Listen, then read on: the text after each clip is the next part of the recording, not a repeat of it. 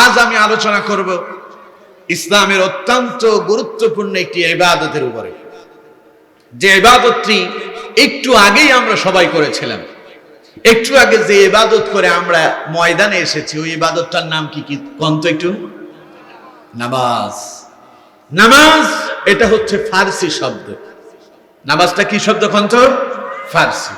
এটার আরবি হচ্ছে সালাত, আর সালাতের বাংলা আবিধানিক অর্থ হচ্ছে দোয়া করা, প্রার্থনা করা, প্রশংসা করা, দরুদ পাঠ করা। নামাজের ভেতরে আল্লাহর প্রশংসা আছে না নাই? প্রার্থনা আছে না নাই? নামাজের ভেতরে দুরুদ আছে না নাই? আমার বন্ধুগণ, তাইলে সালাতের আবিধানিক অর্থ হচ্ছে এই যে আল্লাহর কাছে দোয়া করা, প্রার্থনা করা, আল্লাহর প্রশংসা করা, রাসূলুল্লাহর উপরে দুরুদ পাঠ করা। ইসলামী শরীয়তের পরিভাষায় নামাজ বলা হয় আল্লাহর পক্ষ থেকে বান্দার জন্য দৈনিক 5 ওয়াক্ত নামাজ সময় মতো যা নির্ধারণ করে দেওয়া হয়েছে, ওয়াক্ত মতে নবী করিম সাল্লাল্লাহু আলাইহি ওয়াসাল্লামের দেখানো তরিকা মোতাবেক নির্দিষ্ট কিছু পন্থা অবলম্বন করে রুকু এবং সিজদাগুলো সঠিকভাবে আদায় করার নাম হচ্ছে সালাত। কথা কি বুঝতে পেরেছেন প্রিয় বন্ধুগণ? তাহলে আজকের আলোচনার আলোচ্য বিষয় হচ্ছে সালাত।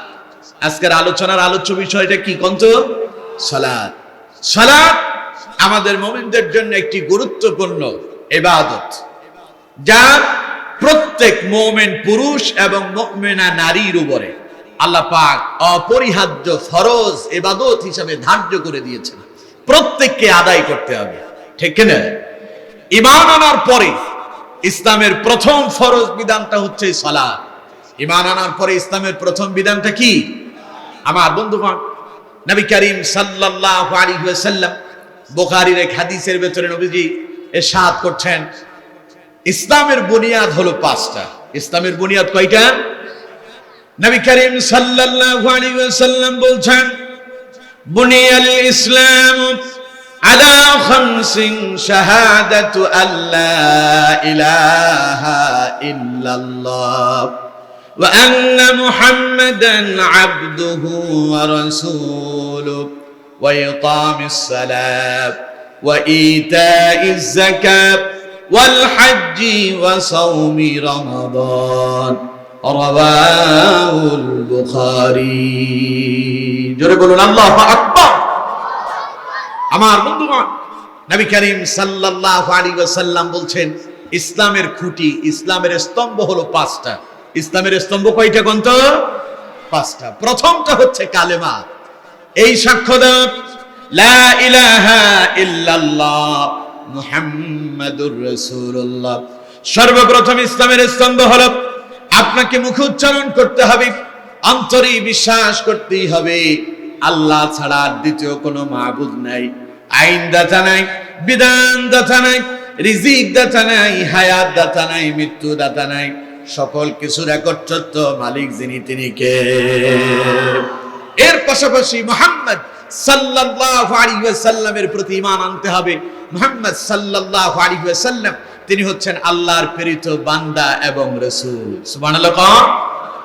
এই কথা যখন একজন মানুষ বিশ্বাস করবে, মনে প্রাণে, মুখে উচ্চারণ করবে, অন্তরে বিশ্বাস করবে, ওই মানুষটা ঈমান আনার পরে সর্বপ্রথম তার উপরে যে কাজটা ফরজ হয়ে যায়, আল্লাহ নবী বললেন তা হলো ইকামিস সালাত।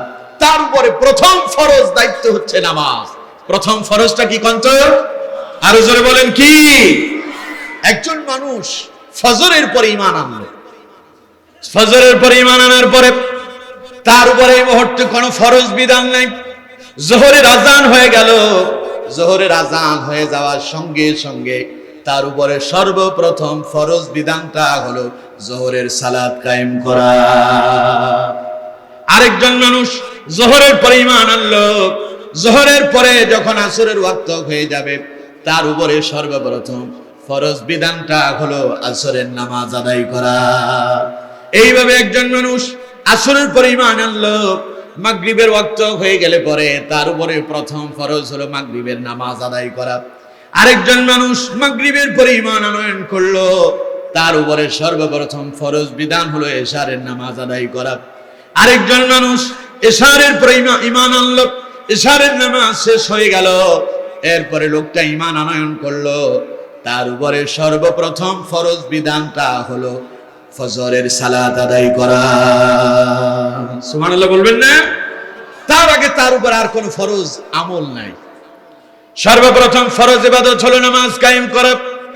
এরপরে নবী করিম সাল্লাল্লাহু আলাইহি ওয়াসাল্লাম বলছেন, যদি সামর্থ্য থাকে, অর্থ থাকলে পরে ওয়া ইতাইজ যাকাত, এক বছর যদি তার সম্পদের উপরে যাকাত পরিমাণ, নিসাব পরিমাণ সম্পদ যদি তার কাছে যদি থেকে যায়, তাহলে পরে এক বছর পরে হিসাব করে যাকাত আদায় করে দেওয়া। এরপরে আল্লাহ নবী বলছেন ওয়াল হাজ্জি, আর যদি তার কাছে সামর্থ্য থাকে, হজের সময় আসলে পরে তার উপরে ফরজ হয়ে যায়, হজ আদায় করে না। এরপরে যখন মাহে রমাদানের রোজা আসবে, আল্লাহ নবী বলছেন ওই ইমানদারের জন্য ওই মুহূর্তে ফরজ বিধান হলো মাহে রমাদানের রোজা পালন করা। সুবহানাল্লাহ বলবেন না? তাহলে ঈমান আনার পরে সর্বপ্রথম আমাদের দায়িত্ব, আমাদের উপরে ফরজ বিধান যেটা, ওটার নাম কি? আরো জোরে বলেন কি? সবাই তো বলেন নাই, সবাই বলছেন? একটু চিৎকার মেরে সবাই বলেন তো, সর্বপ্রথম ইবাদতটা কোনটা? নামাজ। নামাজ আমার বন্ধুগণ, এই নামাজ এত গুরুত্বপূর্ণ একটি ইবাদত, যা শুধু আমাদের নবী বিশ্ব নবী মুহাম্মদ সাল্লাল্লাহু আলাইহি ওয়াসাল্লামের উপর ফরজ ছিল যে তা নয়। হযরত আদম আলাইহিস সালাম থেকে শুরু করে মুহাম্মদুর রাসূলুল্লাহ সাল্লাল্লাহু আলাইহি ওয়াসাল্লাম পর্যন্ত সমস্ত নবীরাই নামাজ কায়েম করেছেন। সুবহানাল্লাহ বলবেন না? সব নবীদের উপর এই বিধান ছিল। যেমন আমার বন্ধুগণ, কোরআনুল কারীমে আল্লাহ পাক সূরা ইব্রাহিমের 40 নম্বর আয়াতে আল্লাহ পাক হযরত ইব্রাহিম আলাইহিস সালামের ইতিহাস তুলে ধরেছেন। হযরত ইব্রাহিম আলাইহিস সালাম যে নামাজ কায়েম করলেন, আল্লাহ রাব্বুল আলামিন কোরআনুল কারীমের ভিতরে তা তুলে ধরেছেন। আল্লাহ পাক বলছেন, রাব্বি জাআলনি মুকিমাস সালাতি ওয়া মিন যুররিয়্যাতি রাব্বানা ওয়া তাকাব্বাল দুআ। আল্লাহ রাব্বুল আলামিন বলছেন, ইব্রাহিম আমার কাছে এইভাবে দোয়া করল, রাব্বি জাআলনি মুকিমাস সালাত, আয় আল্লাহ তাআলা দয়া করে তুমি আমাকে নামাজি ওয়ালা বানায়া দাও। সুবহানাল্লাহ। আমাকে নামাজ কায়েমকারী বলো, আমাকে নামাজ কায়েমকারী বানায় নাও। এরপরে আল্লাহ পাক বলছেন, ইব্রাহিম বলল, ওয়া মিন যুররিয়্যাতি, আমার বংশধর যারা আসবে তাদেরকেও তুমি নামাজ কায়েমকারী বানায়া দিও। রাব্বানা ওয়া তাকাব্বাল দুআ, আর দয়া করে আল্লাহ তুমি আমার এই দোয়াটারে কবুল করে নাও। সুবহানাল্লাহ। আমার বন্ধুগণ, ইব্রাহিম আলাইহিস সালাম নামাজ কায়েমকারী ছিলেন, আর আল্লাহর কাছে দোয়া করলেন, আয় আল্লাহ তাআলা আমার পরবর্তী জেনারেশন যারা আসবে, আমার বংশ থেকে যারা আসবে তাদেরকেও নামাজি বানাও। ইব্রাহিম আলাইহিস সালামের বংশধর হযরত ইসমাঈল আলাইহিস সালামের দিকে তাকান। কোরআনুল কারীমে আল্লাহ পাক হযরত ইসমাঈল আলাইহিস সালামের নামাজের কথা আল্লাহ পাক তুলে ধরেছেন। কোরআনুল কারীম সূরা মারিয়ামের 54 এবং 55 নম্বর আয়াতে আল্লাহ পাক ইব্রাহিম আলাইহিস সালামের বংশধরদের ইতিহাস তুলে ধরেছেন। আল্লাহ পাক বলছেন, ওয়াযকুর ফিল কিতাবি ইসমাঈল ইন্নাহু কানা সাদিকাল ওয়াদি ওয়া কানা রাসূলান নাবিয়্যা। জোরে বলুন আল্লাহু আকবার। আল্লাহ রাব্বুল আলামিন বলছেন, ওয়াযকুর ফিল কিতাবি ইসমাঈল, হে নবী আপনি কোরআনুল কারীমের ভিতরে ইসমাঈল আলাইহিস সালামের ঘটনাটা বর্ণনা করুন। ইন্নাহু কানা সাদিকাল ওয়াদ, যিনি ছিলেন তার ওয়াদা পালনকারী, ওয়া কানা রাসূলান নাবিয়্যা, আর যিনি ছিলেন আল্লাহর প্রেরিত একজন নবী এবং রাসূল। সুবহানাল্লাহ। এরপর আল্লাহ রাব্বুল আলামিন বলছেন, ওয়া কানা ইয়া'মুরু আহলাহু বিস-সালাতি ওয়াজ-যাকাত ওয়া কানা 'ইনদা রাব্বিহি মারদিয়া। হযরত ইসমাঈলের জীবন বৃত্তান্ত আল্লাহ পাক তুলে ধরেছেন। আল্লাহ পাক বলছেন, ওয়া কানা ইয়া'মুরু আহলাহু বিস-সালাতি ওয়াজ-যাকাত।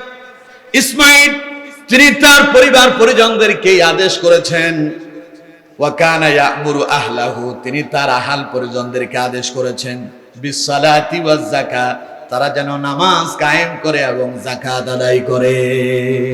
সুবহানাল্লাহ বলবেন না? তাহলে ইব্রাহিম আলাইহিস সালাম তিনি ছিলেন নামাজি এবং তিনি আল্লাহর কাছে দোয়া করেছেন, আল্লাহ আমার বংশধরদেরকেও নামাজি বানাও।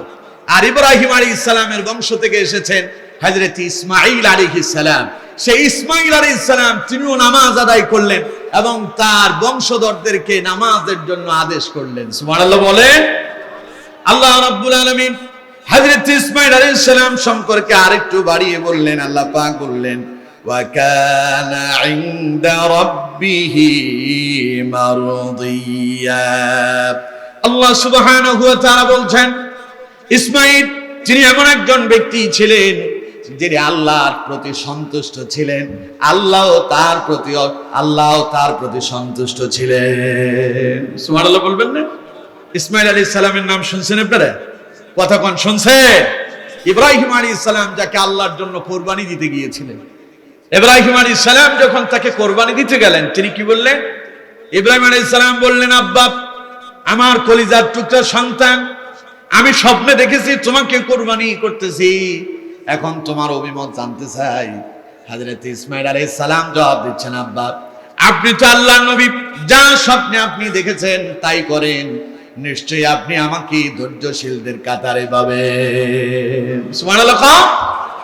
আমার বন্ধুগণ, সেই ইসমাঈল আলাইহিস সালামের পরবর্তী নবী যিনি হয়েছেন তার নাম হলো হযরত ঈসা আলাইহিস সালাম, ঠিক কিনা? যখন ঈসা আলাইহিস সালাম নয় কি, হযরত ইসমাঈল আলাইহিস সালাম তিনিও নামাজ কায়েমকারী ছিলেন। তার পিতা ইব্রাহিম আলাইহিস সালাম তিনিও নামাজ কায়েমকারী ছিলেন। ইসমাঈল আলাইহিস সালাম নিজেও নামাজ পড়তেন আর পরিবারকেও নামাজের আদেশ দিয়েছেন। হযরত ইসমাঈল আলাইহিস সালামের আগের নবী, পরের নবী হযরত ঈসা আলাইহিস সালাম সম্পর্কে আল্লাহ পাক কোরআনুল কারীমের ভিতরে সূরা মারিয়ামের ভিতরে আল্লাহ পাক তুলে ধরেছেন। আল্লাহ রাব্বুল আলামিন বলছেন, ক্বাল ইন্নী আবদুল্লাহ আতানিয়াল কিতাবা ওয়া জাআলানি নাবিয়্যা وجعلني مباركا أينما كنت وأوصاني بالصلاة والزكاة ما دمت حيا الله أكبر। একটু জোরে চিৎকার মেরে আল্লাহু আকবার বলা যাবে? সবাই বলেন যাবে? একটু চিৎকার মেরে কণ্ঠ দেখি আল্লাহু আকবার। আচ্ছা, আল্লাহু আকবারের সাথে আমাদের কারো শত্রুতা আছে? জোরে বলেন আছে? এটা কোন দলের স্লোগান? এটা কোন নেতার স্লোগান? এই স্লোগান কার? আরো জোরে বলেন কার? এটা শুধু আল্লাহর স্লোগান নয়, এটা तमाम পৃথিবীর 200 কোটি মুসলমানদের হৃদয়ের স্লোগান। আজ আমরা দেখতে পাচ্ছি আমার দেশে কিছু নাস্তিক মুরতাদ তৈরি হয়েছে যারা আল্লাহু আকবারের বিরুদ্ধে কথা বলতে শুরু করেছে, ঠিক কিনা? এই দেশে আল্লাহু আকবারের আওয়াজ বন্ধ করে দেওয়ার জন্য এক শ্রেণীর নাস্তিক মুরতাদেরা উঠে পড়ে লেগেছে, ঠিক কিনা? এরা আল্লাহু আকবারকে জঙ্গিবাদের স্লোগান বলে, এরা আল্লাহু আকবারকে উগ্রবাদের স্লোগান বলে, এরা আল্লাহু আকবারকে দলীয় স্লোগান বলে। গত 2 মাস আগে আমরা দেখেছি আমাদের চট্টগ্রাম প্রেস ক্লাবের এক নেতা আযানকে বন্ধ করে দেওয়ার জন্য ঘোষণা দিয়েছে। আমরা বলতে চাই, এটা 90% মুসলমানের দেশ, এটা ওলি আল্লাহর দেশ, এটা শাহজালালের দেশ। এই শাহজালালের বাংলাদেশে আল্লাহু আকবার চলছে, কিয়ামত অবধি চলবে, বন্ধ করার ক্ষমতা কারো নাই, ঠিক না? আমার বন্ধুগণ, সে আল্লাহু আকবারের সঙ্গে আমাদের রক্ত মিশে আছে, ঠিক কিনা? আমাদের জীবনের প্রত্যেকটা রক্তের ফোঁটায় ফোঁটায় আল্লাহু আকবারের ধ্বনি মিশে আছে, ঠিক কিনা? এই পৃথিবীতে আল্লাহু আকবারের ধ্বনি দিয়ে ইসলাম কায়েম হয়েছে, ঠিক কিনা? আর এই আল্লাহু আকবারের ধ্বনি শুনলেই নাস্তিক মুরতাদদের কলিজায় আগুন ধরে যায়, ঠিক কিনা? তাই আমরা আল্লাহু আকবারের স্লোগানের পক্ষে আছি তো? আরো জোরে বলেন আছি তো? যদি জীবনও চলে যায় আল্লাহু আকবারের বিরুদ্ধে কথা বলা যাবে? আর জোরে বলেন যাবে? এই দেশে আল্লাহু আকবার চলছে, কিয়ামত অবধি চলবে। কেউ যদি আল্লাহু আকবার আওয়াজ বন্ধ করতে চায়, ওদের আওয়াজ বন্ধ হয়ে যাবে, ঠিক না? এই দেশে আল্লাহু আকবারের সুরে সূর্য ওঠে, এদেশে আল্লাহু আকবারের সুরে সূর্য ডোবে। এদেশে আল্লাহু আকবারের সুরে সূর্য ওঠে, এদেশে আল্লাহু আকবারের সুরে সূর্য ডোবে। এদেশের মাল্লা মাঝি কিষান মজুর সবার ঠোঁটে শোনো রে লা ইলাহা ইল্লাল্লাহর জিকির ওঠে, ঠিক না? এদেশের মাল্লা মাঝি কিষান মজুর সবার ঠোঁটে শোনো রে লা ইলাহা ইল্লাল্লাহর জিকির ওঠে। ইমানের দপ্ত আগুন জ্বলছে সবার বুকে বুকে, সে আগুন দেশ হতে দেশ দেশান্তরেও জ্বালতে হবে, ঠিক না? এদেশে আল্লাহু আকবারের সুরে সূর্য ওঠে, এদেশে আল্লাহু আকবারের সুরে সূর্য ডোবে। এদেশে আল্লাহু আকবারের সুরে সূর্য ওঠে, এদেশে আল্লাহু আকবারের সুরে সূর্য ডোবে। এদেশের পথে ঘাটে, এদেশের বাজার হাটে, এদেশের এদেশের এদেশের এদেশের গঞ্জে গ্রামে খোদার নামের তাসবিহাতে কত ফির আউলিয়াদের অশ্রু ঝরে গভীর রাতে, ঠিক না? যে দেশের সন্তানেরা মুক্ত বিদায় কোরআন বুকে, সে দেশে আল কোরআনের শাসন কায়েম করতে হবে, ঠিক না? এদেশে আল্লাহু আকবারের সুরে সূর্য ওঠে, এদেশে আল্লাহু আকবারের সুরে সূর্য ডুবে। এদেশে আল্লাহু আকবারের সুরে সূর্য ওঠে, এদেশে আল্লাহু আকবারের সুরে সূর্য ডুবে। আল্লাহু আকবার। একটু জোরে মোহাব্বতের সাথে আল্লাহু আকবার বলা যাবে কি? জোরে বলেন যাবে কি? দেখি দুই হাত আকাশের দিকে তুলেন, এবার আমার সঙ্গে একটা তাকবীর দেন, লিল্লাহি তাকবীর। আর জোরে লিল্লাহি তাকবীর, নারে তাকবীর। আল কোরআনের আলো, আল হাদিসের আলো, দিন ইসলাম, দিন ইসলাম। বাংলাদেশ, বাংলাদেশ, নারে তাকবীর।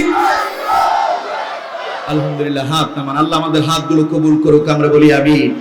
আর জোরে বলেন আমিন। তাহলে আমার বন্ধুগণ, নাজিমুদ্দিন আল্লাহু আকবার কি আসতে বলবেন না জোরে বলবেন? পারবেন তো সবাই? সজাগ থাকতে পারবেন তো শেষ পর্যন্ত ইনশাআল্লাহ? ইনশাআল্লাহ। আমার বন্ধুগণ, তাহলে ইসমাঈল আলাইহিস সালামের পরবর্তী নবী হযরত ঈসা আলাইহিস সালাম, ইসমাঈল আলাইহিস সালাম তার পরিবারকে নামাজের আদেশ দিয়েছেন। ঈসা আলাইহিস সালাম যে তিনি নামাজ আদায় করতেন নিজেই বলতেছেন। আল্লাহ পাক বলছেন, ক্বালা ইন্নী আবদুল্লাহ আতানিয়াল কিতাবা ওয়া জাআলানি নাবিয়্যা। আল্লাহ রাব্বুল আলামিন বলেন, ঈসা আলাইহিস সালাম তিনি বলছেন, ক্বালা তিনি বলেন, ইন্নী আবদুল্লাহ, আমি আল্লাহর গোলাম ছাড়া আর কিছুই নয়, আমি একজন আল্লাহর বান্দা। ওয়া আতানিয়াল কিতাব, তিনি আমারে কিতাব দান করেছেন। ওয়া জাআলানি নাবিয়্যা, আর আল্লাহ পাক আমারে নবী হিসেবে তিনি দুনিয়ায় প্রেরণ করেছেন। এই কথা বলার পেছনে কারণ, ঈসা আলাইহিস সালামকে তৎকালীন সময় কিছু মানুষ তাকে আল্লাহর পুত্র বলে সাব্যস্ত করেছিল। জানেন না আপনারা? কথা কোন জানেন না? ঈসা আলাইহিস সালাম আল্লাহর পুত্র না আল্লাহর বান্দা? সবাই কোন আল্লাহর পুত্র না আল্লাহর বান্দা? ঈসা আলাইহিস সালাম নিজেই বলছেন, ক্বালা ইন্নী আব্দুল্লাহ, আমি আল্লাহর বান্দা, আমি আল্লাহর গোলাম ছাড়া আর কিচ্ছু না। ওয়া আতানিয়াল কিতাব, তিনি আমার কিতাব দান করেছেন। ওয়া জাআলানি নাবিয়্যা, আর তিনি আমাকে নবী করেছেন। সুবহানাল্লাহ। এরপর ঈসা আলাইহিস সালাম তার ব্যাপারে বলছেন, হযরত ঈসা আলাইহিস সালাম বলছেন, ওয়া জাআলানি মুবারাকান আইনামা কুনত। হযরত ঈসা আলাইহিস সালাম বলছেন, আল্লাহ পাক সর্ব জায়গার জন্য আমারে মুবারকময় করেছেন, বরকতময় করেছেন। আল্লাহ পাক বলছেন, ঈসা তুমি যেখানে যাও, যেখানেই থাকো, আমি আল্লাহ তোমার এই বরকত দিয়া পরিপূর্ণ করে দিলাম। কেমন বরকত আল্লাহ পাক হযরত ঈসা আলাইহিস সালামকে দিয়েছেন। ঈসা আলাইহিস সালাম যখন কোন জন্ম অন্ধ মানুষের মাথার উপরে হাত বুলাইয়া দিত, সে কি আর জন্ম অন্ধ থাকতো? আল্লাহু আকবার। শুধু তাই নয়, কোন কুষ্ঠরোগী যার শরীরের ভেতরে পশম ধরে গিয়েছে, এমন ব্যক্তির শরীরের উপরে তিনি হাত বুলাইয়া দিলে আল্লাহ পাক ওই বান্দাটাকে সুস্থ করে দিতেন। সুবহানাল্লাহ। শুধু তাই নয়, ঈসা আলাইহিস সালামকে আল্লাহ পাক এমন একটা মর্যাদা দিয়েছেন, মৃত মানুষকে পর্যন্ত তিনি কবর থেকে জিন্দা করতে পারতেন। আল্লাহু আকবার। ঈসা আলাইহিস সালাম তিনি একবার এক মৃত মানুষের কবরের পাশ দিয়ে হেঁটে যাচ্ছেন। তো কবরের পাশ দিয়ে হেঁটে যাচ্ছেন, এমন সময় তিনি কবরের দিকে লক্ষ্য করে বললেন, ইয়া আব্দাল্লাহ কুম বিইذনিল্লাহ, হে আল্লাহর বান্দা, আল্লাহর হুকুমে তুমি জিন্দা হয়ে যাও। এই কথা বলার সঙ্গে সঙ্গে কবর থেকে একজন মৃত মানুষ জিন্দা হয়ে দাঁড়িয়ে গিয়েছে। সুবহানাল্লাহ।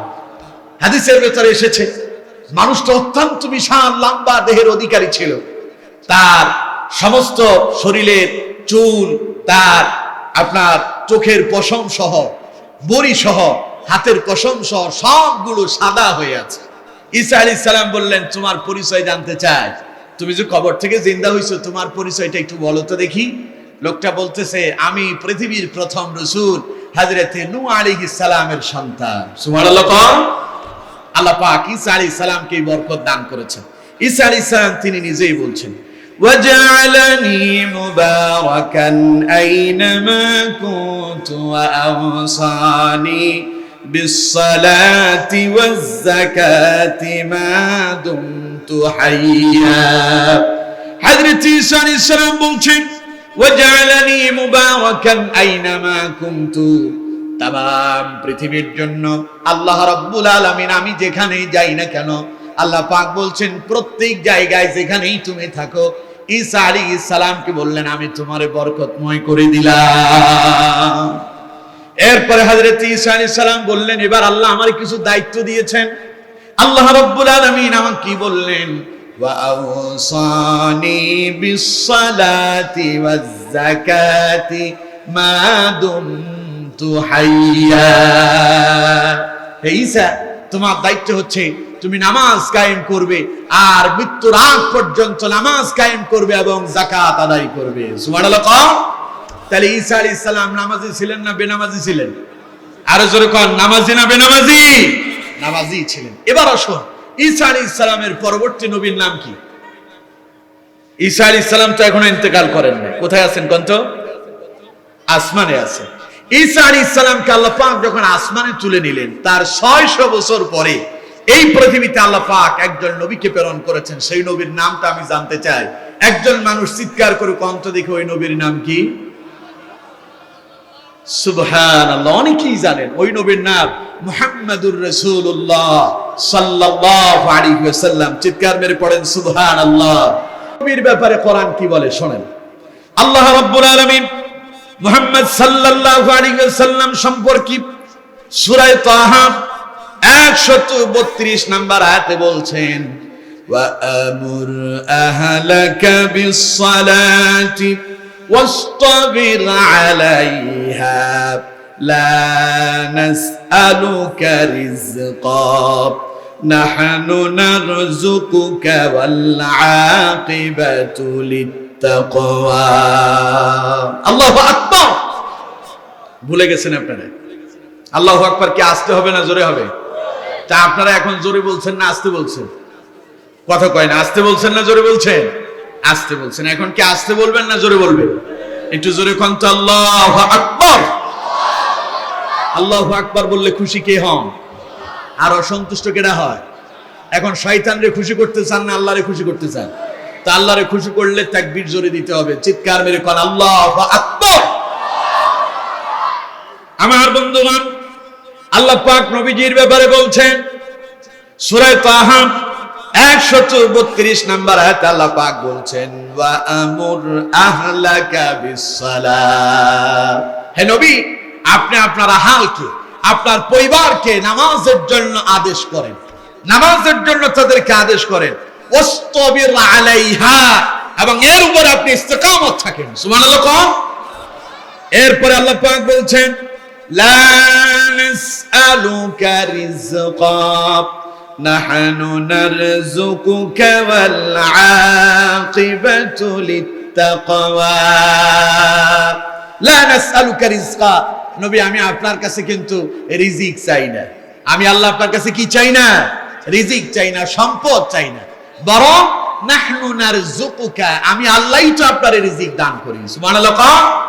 ওয়াল আকিবাতু লিত্তাকওয়া, আর পরম শান্তির সুবাতাস তারাই তো ভোগ করবে যারা ফরজগারিতার পথ অবলম্বন করতে পারবে। সুবহানাল্লাহ। তাইলে আমার বন্ধুগণ, আমার নবী নামাজি ছিলেন না বেনামাজি ছিলেন? আরো জোরে বলেন, নামাজি না বেনামাজি? আমার নবী নামাজ আদায় করেছেন এবং পরিবার পরিজনকে নামাজের আদেশ করেছেন। আমরা আরো শুনবো রাসূলুল্লাহ কেমনে নামাজ আদায় করছেন। এই বিষয়গুলো আমরা বিস্তারিত সামনে আস্তে আস্তে আগাবো। আমার বন্ধুগণ, আমাদের নবীর পরে এই পৃথিবীতে আমাদের নবী, তিনি তো নবী ছিলেন, নবী ছাড়া আরো অতীতের লোকেরা যে নামাজ কায়েম করছে সেই কথা আল্লাহর কোরআনে আছে না নাই? আরো জোরে কোরআনে আছে না নাই? হযরত লোকমান হাকিমের নাম আপনারা শুনছেন? শুনছেন আপনারা? তিনি কি নবী ছিলেন? তিনি নবী ছিলেন না, তিনি ছিলেন আল্লাহর ওলি। তিনি আল্লাহর কি ছিলেন কন্ত? আল্লাহর ওলি। তিনি ছিলেন আল্লাহর প্রিয় বান্দা। হযরত লোকমানের ব্যাপারে কোরআনুল কারীমে আল্লাহ পাক বলছেন وَلَقَدْ آتَيْنَا لُقْمَانَ الْحِكْمَةَ أَنِ اشْكُرْ لِلَّهِ وَمَنْ يَشْكُرْ فَإِنَّمَا يَشْكُرُ لِنَفْسِهِ وَمَنْ كَفَرَ فَإِنَّ اللَّهَ غَنِيٌّ حَمِيدٌ। আল্লাহু আকবার। আল্লাহ পাক বলছেন ওয়ালাকাদ আতাইনা লুকমানাল হিকমা, লোকমানকে আমি হিকমত দিয়েছি, প্রজ্ঞা দিয়েছি, অধিক জ্ঞানের অধিকারী আমি আল্লাহ পাক তাকে করেছি। সুবহানাল্লাহ। আর তাকে বললাম আমি যে তোমার এই জ্ঞান দিলাম, আমি যে তোমার এই প্রজ্ঞা দান করলাম, এই জন্য তোমার দায়িত্ব হচ্ছে আনিশকুরলি, আনিশকুরলিল্লাহ, তোমার দায়িত্ব হচ্ছে লোকমান তুমি আমি আল্লাহর কৃতজ্ঞতা প্রকাশ করো। সুবহানাল্লাহ। লোকমান আলাইহিস সালাম তিনি আল্লাহর কৃতজ্ঞতা প্রকাশ করেছেন নামাজের মাধ্যমে। তিনিও নামাজ আদায় করেছেন আর তার পরিবার পরিজনকেও তিনি নামাজের আদেশ দিয়েছেন। সূরা লোকমানের 17 নম্বর আয়াতে আল্লাহ পাক সেই ইতিহাস তুলে ধরেছেন। আল্লাহ পাক বলছেন ইয়া বুনাইয়া আকিমিস সালাতা ওয়া আমুর বিল মা'রুফি ওয়ানহা আনিল মুনকারি ওয়াসবির আলা মা আসাবাক ইন্না যালিকা মিন আযমিল উমুর। চিৎকার মেরে পড়ুন আল্লাহু আকবার। হযরত লোকমান তিনি তার সন্তানকে ডেকে বললেন ইয়া বুনাইয়া, হে আমার কলিজার টুকরা সন্তান, হে আমার আদরের সন্তান, হে আমার নয়নের মণি, আদরের পুতুলি। হযরত লোকমান তার সন্তানটাকে কত সুন্দর করে ডাক দিলেন, হে আমার কলিজার টুকরা সন্তান, আকিমিস সালাত, আমার সন্তান অবশ্যই তুমি নামাজ কায়েমকারী হয়ে যাও। সুবহানাল্লাহ। আমার সন্তান অবশ্যই নামাজ কায়েম করো। এরপরে ওয়া'মুর বিল মা'রুফ, আর সৎ কাজের আদেশ দাও, ওয়ানহা আনিল মুনকার, অসৎ কাজ থেকে মানুষদেরকে বাধা দাও, ওয়াসবির আলা মা আসাবাক, তুমি যখন নামাজ কায়েম করবি আর যখন সৎ কাজের আদেশ দিবি, অসৎ কাজ থেকে যখন মানুষদেরকে বাধা প্রদান করবি, আমার কলিজার টুকরার সন্তান মনে রেখো তখন তোমার পেছনে একটা গোষ্ঠী লেগে যাবে, তোমাকে ভালো কাজ করতে বাধা দেবে, তোমার বিরুদ্ধে উঠে পড়ে লেগে যাবি, তোমার বিরুদ্ধে মামলা হবে, তোমার বিরুদ্ধে হামলা হবে, তোমারে গালি দেওয়া হবে, তোমার এই মন্দ কথা বলা হবে, তোমার বিরুদ্ধে কত রকমের নানাবিধ ষড়যন্ত্র হয়ে যাবে। ও আমার কলিজার টুকরা সন্তান, ওই মুহূর্তে তোমার দায়িত্ব হলো ওয়াসবির আলা মা আসাবাক, ওই মুহূর্তে তোমার দায়িত্ব হচ্ছে নামাজও ছেড়ে দেওয়া যাবে না, হকের দাওয়াতও বন্ধ করা যাবে না, আর অশ্লীল কাজ থেকে মানুষদেরকে ফেরানোর কাজ বন্ধ করে দেওয়া যাবে না, বরং ওই মুহূর্তে তোমার দায়িত্ব হচ্ছে সবর এবং ধৈর্যের মাধ্যমে সেটাকে মোকাবেলা করা। সুবহানাল্লাহ। আজকে আমরা যখন হকের কথা বলি, আমরা যখন কোরআন এবং হাদিসের সঠিক ব্যাখ্যাগুলো করি, তখন আমাদের বিরুদ্ধে এক শ্রেণীর লোকেরা উঠে পড়ে লেগে যায়, ঠিক কিনা? আরো জোরে বলেন ঠিক কিনা? আজকে বাংলাদেশে কোরআনের হক কথাগুলো বুক পুড়ায় বলা যায় না, ঠিক না? কোরআনের হক কথা যারা বলে তাদের বিরুদ্ধে বিভিন্ন ধরনের ষড়যন্ত্র আছে না নাই? আরো জোরে বলতে হবে, আছে না নাই? এই আকাশ কার? জমিন কার? আমরা কার? আল্লাহর আকাশ, আল্লাহর জমিন, আমরাও আল্লাহ। সে আল্লাহর কথা বলতে এই 90% মুসলমানের দেশে এখন অনুমতি লাগে, ঠিক না? আল্লাহর কথা বলতে অনুমতি লাগবে কেন? আমরা তো আল্লাহরই গোলাম। আল্লাহর আকাশের নিচে আমরা আছি, আল্লাহর জমিনের উপরে আমরা বসবাস করছি। যে আল্লাহর জমিনের উপরে বসবাস করি, যে আল্লাহর আকাশ থেকে আমরা সাহায্য পাই, সে আল্লাহর কথা বলতে অনুমতির প্রয়োজনটা কেন? পৃথিবীর কোথাও আল্লাহর কথা বলতে অনুমতি লাগে না। দুর্ভাগ্য, এই 90% মুসলমানের দেশে গান বাজনা হয় অনুমতি লাগে না, সিনেমা হয় অনুমতি লাগে না, বিয়ের আসরগুলোতে মদের আসর বসে অনুমতি লাগে না। এক জায়গায় অনুমতি লাগে, সেটা আল্লাহর কোরআনের মাহফিল, ঠিক না? আহারে, কপাল পড়েছে আমাদের কপাল পড়েছে। এই হক কথা বললেই আজকে আমাদের বিরুদ্ধে বিভিন্ন ধরনের ষড়যন্ত্র আর চক্রান্ত আছে না নাই? আরো জোরে বলেন, আছে না নাই? লোকমান আলাইহিস সালাম তার সন্তানকে বলছেন, আব্বা তুমি যখন নামাজ পড়বা, তুমি যখন সৎ কাজের আদেশ দেবা, অসৎ কাজে যখন মানুষদেরকে বাধা দেবা, তখন তোমার বিরুদ্ধে একটা গ্রুপ, একটা শ্রেণী তোমার বিরুদ্ধে ষড়যন্ত্র করবে। তখন আমার সন্তান, আমার কলিজার টুকরা সন্তান, আমার বাবা, তখন তুমি আল্লাহর পথ থেকে দূরে সরে যেও না, বরং ওয়াসবির আলা মা আসাবাক, ধৈর্যের পরিচয় দিয়া সেটাকে মোকাবেলা করো। সুবহানাল্লাহ। তার উজ্জ্বল দৃষ্টান্ত আমাদের প্রিয় নবী, বিশ্ব মানবতার নবী, সাইয়্যিদুল মুরসালিন, খাতামুন নবিয়্যিন, নবী আরবি জনাবে মুহাম্মদুর রাসূলুল্লাহ সাল্লাল্লাহু আলাইহি ওয়াসাল্লাম। রাসূলুল্লাহর দিকে তাকান। আল্লাহর নবী যখন কালেমার দাওয়াত দেওয়া শুরু করলেন, রাসূলুল্লাহ তিনি তার কওমের লোকদেরকে ডাক দিয়ে বললেন, ইয়া কুরাইশ তাল, ও কুরাইশের লোকেরা এদিকে আসো। তোমরা কি আমার ব্যাপারে কি ধারণা করো আমি একটু তোমাদের কাছে জানতে চাই। লোকেরা বলল, মুহাম্মদ সাল্লাল্লাহু আলাইহি সাল্লাম আপনি যে ভালো কথা বলেন এতে কোনো সন্দেহ নাই, আপনি একজন ভালো মানুষ, আপনি একজন উত্তম চরিত্রের মানুষ, আপনারে আমরা এত ভালোবাসি, এত মহব্বত করি, যা ভাষায় প্রকাশ করা যাবে না। আল্লাহ নবী বললেন, আমি তোমাদের থেকে জানতে চাই, আমি কি জীবনেই কোনোদিন তোমাদের উপরে জুলুম করেছি নাকি? লোকেরা বলল, মুহাম্মদ আপনি কখনো আমাদের উপরে জুলুম করেন নাই।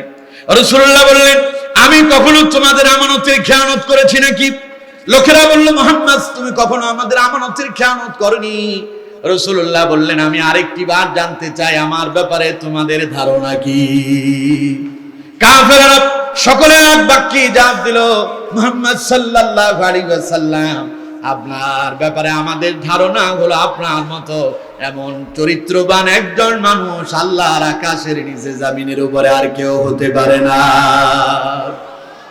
আমরা আপনার এত মানি, এত বিশ্বাস করি, তাই বলেই তো আমরা আপনার নাম দিয়েছি আল আমিন। সুবহানাল্লাহ। আল আমিন অর্থ কি? মহাবিশ্বের মহাবিশ্বাসী। সুবহানাল্লাহ বলবেন না? ওরা রাসূলুল্লাহর এত বিশ্বাস করত। নবীজি বললেন, তোমরা আমার এত মানো, এত বিশ্বাস করো, আচ্ছা যদি তাই হয় তাহলে আমি যদি বলি এই মুহূর্তে পাহাড়ের পদদেশে পেছনের দিকে শত্রু বাহিনী দাঁড়িয়ে আছে তোমাদের বিরুদ্ধে যুদ্ধ করার জন্য, মেনে নেবে নাকি? সমস্ত কাফেররা এক বাক্যে জবাব দিল, মুহাম্মদ তুমি যদি এই কথা বলো, এই মুহূর্তে আমরা রেডি হয়ে যাব তাদের বিরুদ্ধে মোকাবেলা করার জন্য। রাসূলুল্লাহ বললেন, তাই নাকি? আচ্ছা আমি যদি বলি আগামী দিন সূর্যটা পূর্ব দিগন্তে উদিত না হয়ে পশ্চিম দিগন্তে উদিত হবে, তাহলে তোমরা মেনে নেবে নাকি? কাফেররা বলছে, মুহাম্মদ আমরা তোমারে এত মানি, এত বিশ্বাস করি, তুমি যদি বলো আগামী দিন সূর্যটা পূর্ব দিগন্তে উদিত না হয়ে পশ্চিম দিগন্তে উদিত হবে, আমরা তোমারে এত মানি, এত বিশ্বাস করি, আগামী দিন সূর্য যদি পূর্ব দিগন্তে উদিত হয়েও যায়, যতক্ষণ উদিত না হবে ততক্ষণ আমরা মেনে নেব আগামী দিন সূর্য পশ্চিম দিগন্তে উদিত হবে। আল্লাহু আকবার।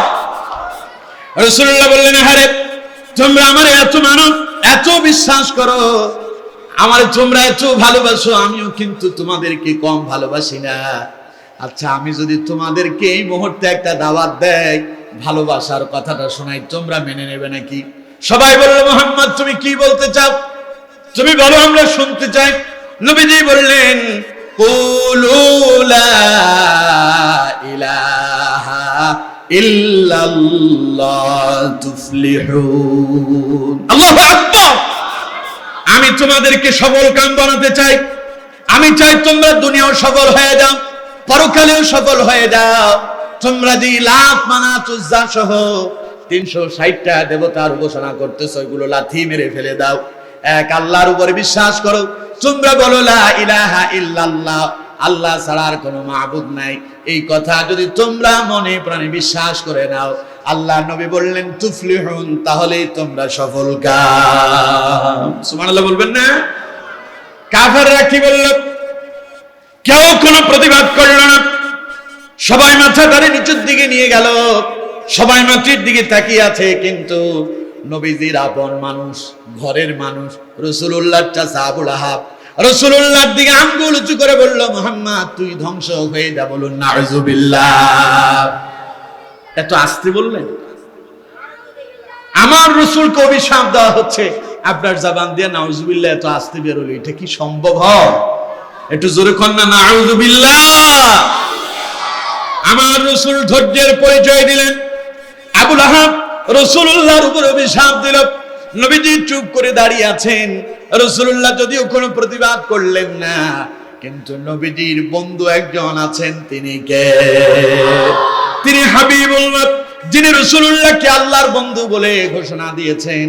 সে আল্লাহর সহ্য হলো না। রাসূলুল্লাহকে যখন অভিশাপ দিল আবু লাহাব, সঙ্গে সঙ্গে আল্লাহ পাক প্রতি উত্তরে কোরআনুল কারীমে একটা সূরা অবতীর্ণ করলেন। আল্লাহ পাক অবতীর্ণ করলেন, তাব্বাত ইয়াদা আবি লাহাবিন ওয়া তাব মা আগনা আনহু মালুহু ওয়া মা কাসাব। জোরে বলুন আল্লাহু আকবার। আল্লাহ পাক বলছেন, আবু লাহাব রে, আমার নবী ধ্বংস হবে না, বরং আমি আল্লাহ জাত দিলাম, তাব্বাত ইয়াদা আবি লাহাবিন ওয়া তাব। আবু লাহাব রে, তুই তো ধ্বংস হয়ে গেলি। মা আগানা আনহু মালুহু ওয়া মা কাসাব, তোর সম্পদ ধ্বংস হয়ে গেল, তোর স্ত্রীও ধ্বংস হয়ে গেল। তোর হাত, যেই হাত দিয়া আমি আমার রাসূলের বিরুদ্ধে আঙ্গুল উঁচু করলি, ওই হাতটাও আল্লাহ পাক ধ্বংস করে দেবে। আল্লাহু আকবার। আমার বন্ধুগণ, আল্লাহ পাক বলছেন, হযরত লোকমানের ইতিহাস আল্লাহ কোরআনুল কারীমে তুলে ধরলেন। লোকমান তার সন্তানকে বলল, ইয়া বুনাইয়া আকিমিস সালাত, আমার কলিজার টুকরা সন্তান, নামাজ কায়েম করো। ওয়া'মুর বিল মারুফ, সৎ কাজের আদেশ দাও। ওয়ানহা আনিল মুনকার, অসৎ কাজে মানুষদেরকে বাধা দাও। আর যখন তুমি সৎ কাজের আদেশ দেবে আর মানুষদেরকে অসৎ কাজে বাধা দেবে, বিপদ আসবে, মুসিবত আসবে, জেল জুলুম হবে, হামলা মামলা তোমার বিরুদ্ধে এসে যাবে। তখন তোমার দায়িত্ব হলো ওয়াসবির আলা মা আসাবাক, ধৈর্যের সঙ্গে সেটাকে মোকাবেলা করতে হবে। সেই নমুনা পেশ করেছেন আমার আপনার নবী, বিশ্ব মানবতার নবী, সাইয়্যিদুল মুরসালিন, খাতামুন নবিয়্যিন, নবী আরবি জনাবে মুহাম্মদুর রাসূলুল্লাহ সাল্লাল্লাহু আলাইহি ওয়াসাল্লাম। আমার রাসূলকে গালি দেওয়া হলো, রাসূল কি করছে গন্ত? কি করছে? পাল্টা গালি দিয়েছেন না, ধৈর্য ধারণ করেছেন। এজন্য আজকে আমাদের বিরুদ্ধে যখন আমরা কোরআনের হক কথা বলি, আমাদের বিরুদ্ধে বিভিন্ন ধরনের ষড়যন্ত্র আছে না নাই? আরো জোরে বলেন, আছে না নাই? আমরা যখন কোরআনের হক কথা বলি, নাস্তিক মুরতাদদের কলিজায় আগুন ধরে যায়। ওরা কোরআনের মাহফিলগুলো বন্ধ করে দেওয়ার ষড়যন্ত্র করে, আলেমদের কণ্ঠকে রোধ করে দেওয়ার জন্য আলেমদের বিরুদ্ধে মিথ্যা মামলা দিয়ে থাকে, ঠিক না? তাই বলে আমরা বিচলিত নই, আমরা হতাশ নই। ওয়াসবির আলা মা আসাবাক, আমরাও ধৈর্যের পরিচয় দিয়ে সামনে এগিয়ে যাব, ঠিক না? আরো জোরে বলেন, ঠিক না? আমার রাসূলের দিকে তাকান, নবীজি নামাজ কায়েম করতেছেন। রাসূলুল্লাহ যখন ওহী প্রাপ্ত হয়ে গেলেন, কালেমার দাওয়াত দেওয়া শুরু করলো। কাফেরেরা রাসূলুল্লাহরে পাগল বলল, জাদুকর বলল, মিথ্যাবাদী বলল, রাসূলুল্লাহকে গণক বলল, রাসূলুল্লাহকে বিভিন্ন ধরনের মিথ্যা অপবাদ দিয়া রাসূলুল্লাহরে কষ্ট দিতে লাগলো। কিন্তু আমার বন্ধুগণ, আল্লাহ পাক আদেশ করলেন, নবী আপনি নামাজ কায়েম করেন, নামাজি হয়ে যান। আল্লাহ নবী প্রতিদিন কাবার চত্বরে গিয়ে কাবার সামনে গিয়া তিনি আল্লাহর সামনে নামাজে দাঁড়িয়ে যেতেন। আর রাসূলুল্লাহ যখন নামাজে দাঁড়িয়ে যেত, কাফেররা রাসূলুল্লাহরে নামাজ পড়তে কত বাধা দিত। রাসূলুল্লাহ চাচি আবু লাহাবের স্ত্রী নাম উম্মে জামিল, নাম শুনছেন আপনারা?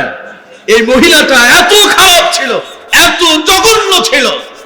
রাসূলুল্লাহ যখন নামাজে দাঁড়াতেন, রাসূলুল্লাহ সিজদায় গেলে এই মহিলা ওটের নাড়ি বুড়ি, পচা নাড়ি বুড়ি এনে রাসূলুল্লাহর মাথা মোবারকের উপর রেখে দিত। নাউজুবিল্লাহ। আচ্ছা, নবীজি যে নামাজ পড়লেন, রাসূলুল্লাহর মাথার উপরে যখন ওটের নাড়ি বুড়ি রেখে দেওয়া হলো, নবীজি কি নামাজ ছেড়ে দিয়েছেন? কথা কোন ছেড়ে দিয়েছেন? আচ্ছা, আমরা সেই রাসূলের উম্মত, আমরা যদি নামাজ পড়ি, কেউ আমাদের মাথার উপরে ওটের নাড়ি বুড়ি রাখবে? কথা কোন না কেন রাখবে? আমাদেরকে কেউ নামাজ পড়তে বাধা দেয়? মসজিদে যেতে বাধা দেয়?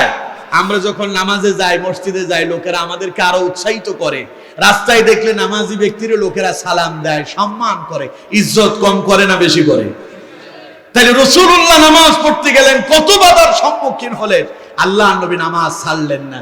আর আমরা এখন নামাজ পড়ার জন্য কত সুন্দর সুব্যবস্থা, মসজিদগুলোতে এসি লাগিয়ে দেওয়া হলো, মসজিদগুলোতে টাইলস ব্যবহার করা হলো, কার্পেট বিছিয়ে দেওয়া হলো, ঠান্ডা যাতে করে না লাগে, গরমের সময় যেন গরম অনুভব না হয়, এই জন্য এসি লাগায় দেওয়া হলো। মসজিদগুলোতে দিয়ে গিয়া আরামে যাতে করে নামাজ আদায় করতে পারেন, মসজিদটারে টাইলস দিয়া সুন্দর করে সুসজ্জিত করা হলো।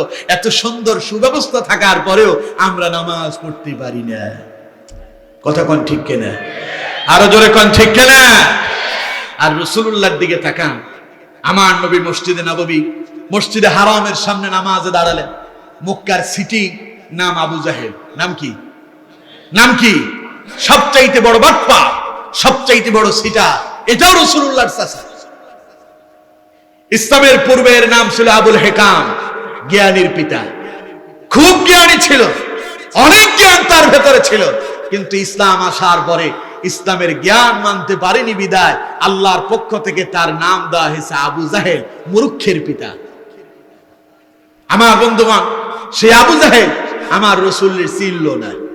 আমার নবী যখন কাবার চত্বরে নামাজে দাঁড়িয়ে যেতেন, এই লোকটা আমার রাসূলের খুব কষ্ট দিত। আবু জাহেল, এটা মুসলিম শরীফের একটি হাদিস, মুসলিম এবং মিশকাত শরীফের ভিতরে এই হাদিসটা এসেছে। নবী করিম সাল্লাল্লাহু আলাইহি ওয়াসাল্লাম নামাজ আদায় করতেন।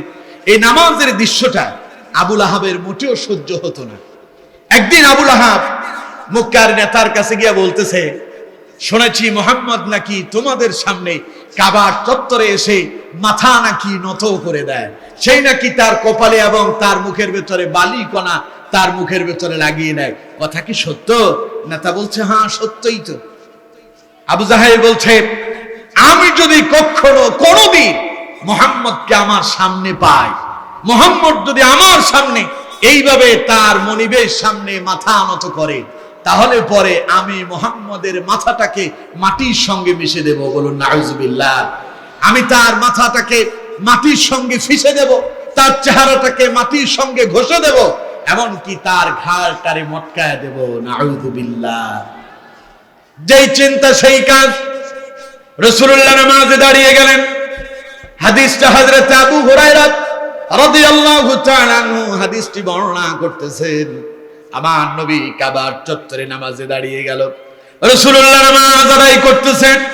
এমন সময় আবু জাহেল রাসূলুল্লাহর সামনে এসে গেল নবীজির ঘাড় মটকায় দেওয়ার জন্য, রাসূলুল্লাহর চেহারাটাকে মাটির সঙ্গে পিষিয়ে দেওয়ার জন্য আবু জাহেল সামনে আগায় আসলো।